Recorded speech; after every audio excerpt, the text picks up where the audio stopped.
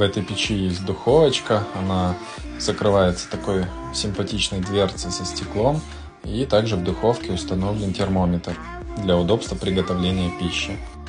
Так, ну вот растопили печь, горит. Сейчас надо посмотреть. Уже вот 60 градусов, 63, да? Так, буквально минут 5 горит. Смотрим. Температура 100 градусов уже. Так, пробный розжиг печи продолжается.